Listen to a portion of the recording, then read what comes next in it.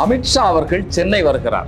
அவர் வழக்கமாக தங்கக்கூடிய ஐடிசி கிரான்சோலா ஹோட்டல்ல தங்காம பட்டினம்பாக்கத்துல இருக்கக்கூடிய லீலா பேலஸ்ல தங்குகிறார். அந்த லீலா பேலஸுக்கு அருகில தான் விஜய் அவர்களுடைய வீடு இருக்கிறது.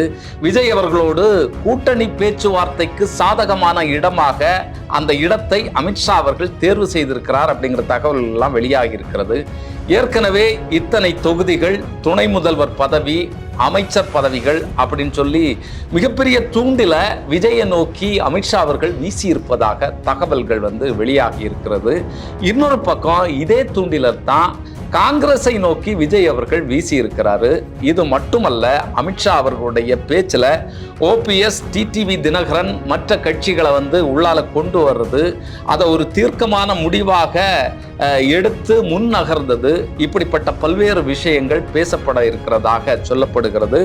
என்ன நடந்து கொண்டிருக்கிறது இந்த கூட்டணி விவகாரங்களுக்குள்ளால, அமித்ஷாவினுடைய வருகைக்கு பின்னால அது எப்படி மாறப்போகிறது அப்படிங்கிறது தான் இந்த காணொலியில நம்ம பார்க்க போறோம். அதிமுக, பாஜக இந்த கூட்டணி விவகாரங்கள், டிடிவி தினகரன், ஓபிஎஸ், இந்த விவகாரங்கள் எல்லாம் படு தீவிரமாக சுட சுட நடந்துட்டே இருக்கு. இந்த பேச்சுவார்த்தைகள் எல்லாம் டெல்லிக்கு பயணம், டெல்லியிலேருந்து இங்க வர்றது, அண்ணாமலை அவர்கள் டிடிவி தினகரனையும் ஓபிஎஸ் அவர்களையும் சந்திக்கிறது, நயினா நாகேந்திரன் அவர்கள் எடப்பாடி பழனிசாமி அவர்களை சந்திக்கிறது, அதிமுக கட்சியினுடைய பொதுக்கூட்டத்தில் எடுக்கக்கூடிய தீர்மானங்கள், இப்படி பரபரத்து கொண்டே இருக்கிறது. இருந்த போதிலும் அதிமுக பாஜக கூட்டணிக்குள்ளால இல்லைன்னா அதிமுக அந்த கட்சிக்குள்ளால அடுத்த கட்ட நகர்வு அப்படிங்கிறது எதுவுமே நடக்கல. அந்த இடத்திலேயே இந்த கட்சிகள் நின்றுட்டு இருக்கு. இதுல தான் நம்ம மிக மிக முக்கியமான ஒரு விஷயத்தை பார்க்கணும். இங்க ஏற்கனவே திமுக வலுவாக இருக்கிறது. திமுகவை வீழ்த்த முடியாது அப்படிங்கிறது மிக தெளிவாக, தெள்ள தெளிவாக அமித்ஷா அவர்களுக்கு தெரிஞ்சு போச்சு. அப்போ இந்த இடத்துல நம்ம நிலையாக நிற்கக்கூடிய பாஜகவை வலிமைப்படுத்தக்கூடிய வேலைகளை இங்க செய்ய வேண்டிய தேவை இங்க இருக்கு. ஏற்கனவே அமித்ஷா அவர்களுடைய சொல்படி தான் செங்கோட்டையன் அவர்கள் தாவேகா கட்சிக்குள்ளால புகுந்திருக்கிறாரு அப்படிங்கிறது சொல்லப்படுகிறது. ஏன்னா அதுக்கு முன்னால வரைக்கும் தாவேகாவுக்கு உள்ளால போய் இணைகிற வரைக்கும் அமித்ஷா அவர்கள்ட்டையும் நிர்மலா சீதாராமன் அவர்கள்ட்டையும் பேசிட்டே இருந்தாரு அப்படிங்கிறது தான் வெளிப்படை. துக்ளக் குருமூர்த்தி கூட இவர் இணையக்கூடிய அன்னைக்கு பேட்டி கொடுத்தாரு. இதெல்லாம் நம்ம சுத்தி பார்க்கும்போது கணக்கு மிக கச்சிதமாக தெளிவாகிறது.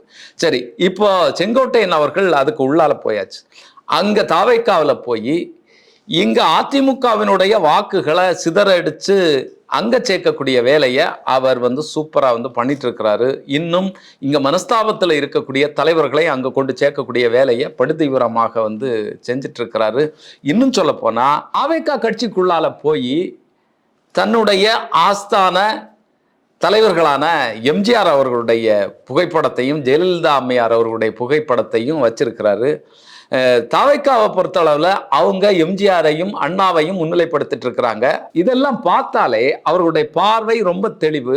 அதிமுகவினுடைய வாக்குகளை தான் நம்ம அடிச்சு இங்க தூக்கணும் அப்படிங்கிறது தான் அவர்களுடைய திட்டமாக இருந்து கொண்டே இருக்கிறது. சரி, இது இப்படி இருக்கட்டும். இந்த பக்கம் பார்த்தீங்கன்னு சொன்னா எடப்பாடி அவர்கள்ட்ட அந்த செல்வாக்கு கொஞ்சம் கொஞ்சமா விலகி போயிட்டு இருக்கு அப்படிங்கிறது தான் நம்ம பார்க்கக்கூடிய விஷயமாக இருக்கு. அப்போ இத அணை கட்டி நிறுத்த வேண்டிய தேவை இருக்கு. இதை உடனடியாகவே செய்யணும் அப்படிங்கிறதுக்காகத்தான் அமித்ஷா அவர்களே களத்துல இறங்கி இருக்கிறாரு. ஏற்கனவே அண்ணாமலை அவர்களை கையில எடுத்து இந்த வேலையை நீ தான் செய்து முடிக்கணும் அப்படின்னு சொல்லி அமித்ஷா அவர்கள் உத்தரவு போட்டிருக்கிறாரு. அதனுடைய அடிப்படையில தான் டிடிவி தினகரன் அவர்களோடும் ஓபிஎஸ் அவர்களோடும் இவர் பேச்சுவார்த்தை நடத்தி கொண்டிருக்கிறாரு. ஓபிஎஸ் அவர்களை டெல்லிக்கு வரவழைச்சாங்க. ஏற்கனவே நான் ஒரு அதிரடி முடிவு எடுக்க போறேன், என்னுடைய முடிவை நான் வெளியிட போறேன் அப்படின்னு சொல்லிட்டு இருந்தாரு.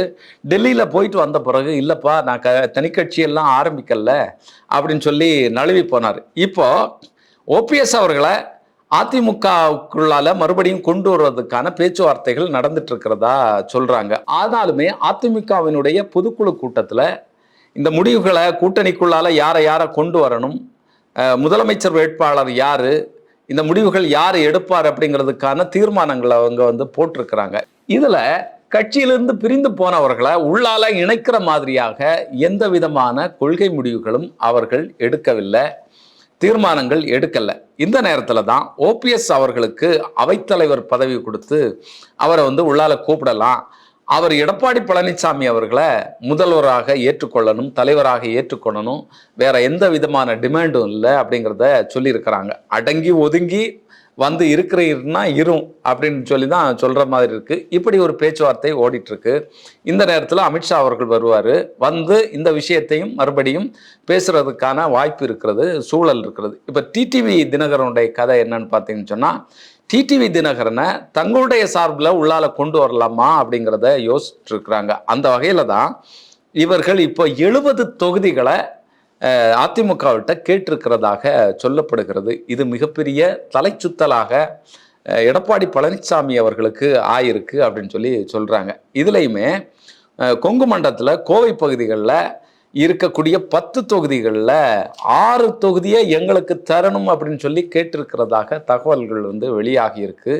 நாங்கள் 54 தொகுதிகளில் நிற்போம் அப்படின்னு சொல்லி நயினார் நாகேந்திரன் அவர்கள் சொல்லியிருக்கிறார். இதுதான் அவர்களுக்கு மிகப்பெரிய மிரட்சியாக இருந்துட்டு இருக்கு. பாக்கி இருக்கக்கூடிய அந்த சீட்டுகளை எங்களை நம்பி வாரவங்களுக்கு நாங்கள் கொடுப்போம். அந்த லிஸ்ட்ல தான் டிடிவி தினகரன் அவர்கள் வருகிறாரோ அப்படிங்கிறது நமக்கு தோணுது. ஏன்னா டிடிவி தினகரன் அவர்கள் வந்து எடப்பாடி பழனிசாமி அவர்களுக்கு எதிராக போர்க்கொடி தூக்கிட்டு இருந்தார், அது நமக்கு தெரியும். இப்போ சமீப நாட்களாக அவர் என்ன சொல்றாருன்னா, எங்களுக்கு எங்க மதிப்பு கிடைக்குமோ, மரியாதை எங்க தருவாங்களோ அங்க நாங்க இணைகிறதுக்கு தயாராக இருக்கிறோம் அப்படின்னு சொல்லி ஒரு விஷயத்தை வந்து பேசியிருக்கிறாரு. இன்னொரு பக்கம் தாவேகா கட்சியினோட இணைகிறதுக்கான ஒரு பேச்சுவார்த்தை போயிட்டு இருக்கு. ஓபிஎஸ் அவர்களும் டிடிவி தினகரன் அவர்களும் இணைந்து தாவேகாவுக்கு போய் அவர்களோட சேர்ந்து நின்று இந்த எலெக்ஷனை சந்திக்கலாம் அப்படிங்கிற ஒரு பார்வையும் இதுல இருந்துட்டு இருக்கு. இப்படிப்பட்ட அரசியல் கணக்குகள் எல்லாம் ஓடிட்டு இருக்கு. இது எப்போ எப்படி வேண்டாலும் மாறலாம். சரி, இப்போ அமித்ஷா அவர்கள் விஜயோட பேச போறதாக சொல்றாங்கல்ல. இப்ப விஜய் அவர்களை எப்படி கூட்டணிக்குள்ளால கொண்டு வர்றது? ஏற்கனவே விஜய் அவர்கள் நான் தான் முதல்வர் வேட்பாளர் அப்படிங்கிறத வந்து அறிவிச்சிட்டாரு. இப்ப முதல்வர் வேட்பாளரை அதிமுக பாஜக கூட்டணியில் வந்து விஜய் அவர்களுக்கு கொடுக்க முடியாது, அதற்கான வாய்ப்பு இல்லை. இங்கே வந்து நான் தான் முதல்வர் வேட்பாளர் அப்படிங்கிறத எடப்பாடி பழனிசாமி அவர்கள் பேசிட்டார் ஏற்கனவே. அப்போ இப்படி ஒரு முரண் வந்து இங்கே இருந்துட்டு இருக்கு. சிபிஐ மூலமாக ஒரு அணையை கட்டி தடுத்து நிறுத்தி இருக்கிறாரு அமித்ஷா அவர்கள் விஜய. இப்போ இதில் விஜய் அவர்களுடைய பதில் என்னதாக இருக்கும் அப்படிங்கிறது தெரியல. விஜய் அவர்களுக்கு கொடுக்கக்கூடிய ஆஃபர் பார்த்தீங்கன்னு சொன்னால் 70 தொகுதிகள், துணை முதல்வர் பதவி, 6 அமைச்சர்கள், இப்படி ஒரு ஆஃபரை வந்து முன் வச்சிருக்கிறாங்க.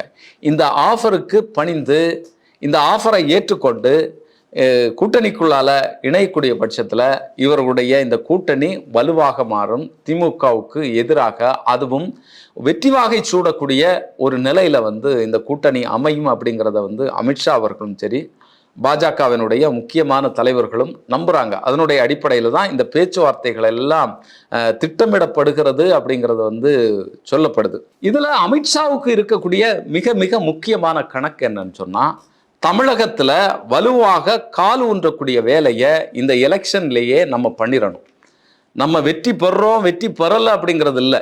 இந்த தேர்தலில் இங்க நம்ம 2வது இடத்தை பிடிக்கக்கூடிய அந்த வேலைகளை படு தீவிரமாக செய்ய வேண்டும். அதில் தான் இந்த 70 தொகுதிகள் கேட்குறாங்கல்ல, இந்த 70 தொகுதிகள் கணக்கு வந்து மிக மிக முக்கியமானதாக பார்க்கப்படுகிறது. கிட்டத்தட்ட 50க்கும் மேற்பட்ட தொகுதிகளில் நம்ம நிற்கணும். நமக்கு எங்கெங்க செல்வாக்கு இருக்கு அப்படிங்கிறத ஏற்கனவே நயினார் நாகேந்திரன் அவர்கள் அந்த பட்டியலை தயார் பண்ணி வச்சிருக்கிறதாக சொல்றாங்க. ஏற்கனவே நம்ம சொன்ன மாதிரி கோவை மண்டலத்தில் 6 சீட்டுகளை வந்து அவர்கள் வந்து கேட்டிருக்கிறதாக சொல்றாங்க. அது மாதிரி ஈரோடு, இந்த பகுதிகளில், அந்த பகுதிகளிலேருந்து அவர்கள் வந்து தங்களுடைய செல்வாக்கை வந்து பலப்படுத்திட்டே இருக்கிறாங்க. அது நமக்கு கண்கூடா தெரிஞ்சுட்டே இருக்கு. அது மாதிரி குமரி மாவட்டம், நெல்லை, இந்த மாதிரியான பகுதிகளில் எல்லாம் சீட்டு வந்து எங்களுக்கு வேணும் அப்படின்னு சொல்லி கேட்டிருக்கிறாங்க. சரி, இப்போ இவர்கள் இதை நிலைநிறுத்துறதுக்காக தங்களுடைய கையில் எடுத்திருக்கக்கூடிய இன்னொரு அடவு தான் திருப்பரங்குன்றம். இந்த திருப்பரங்குன்றத்தை மையப்படுத்தி இங்கே இருக்கக்கூடிய இந்துக்களை, இந்து உணர்வை வந்து ஊட்டி அவர்களை ஒன்றிணைக்கக்கூடிய வேலையை செய்ய முடியுமா அப்படிங்கிறதுக்கான ஆலோசனைகள் ஓடிட்டே இருக்கு. ஏற்கனவே மோகன் பகவத் அவர்கள் வந்து இங்கே பேசினாரு.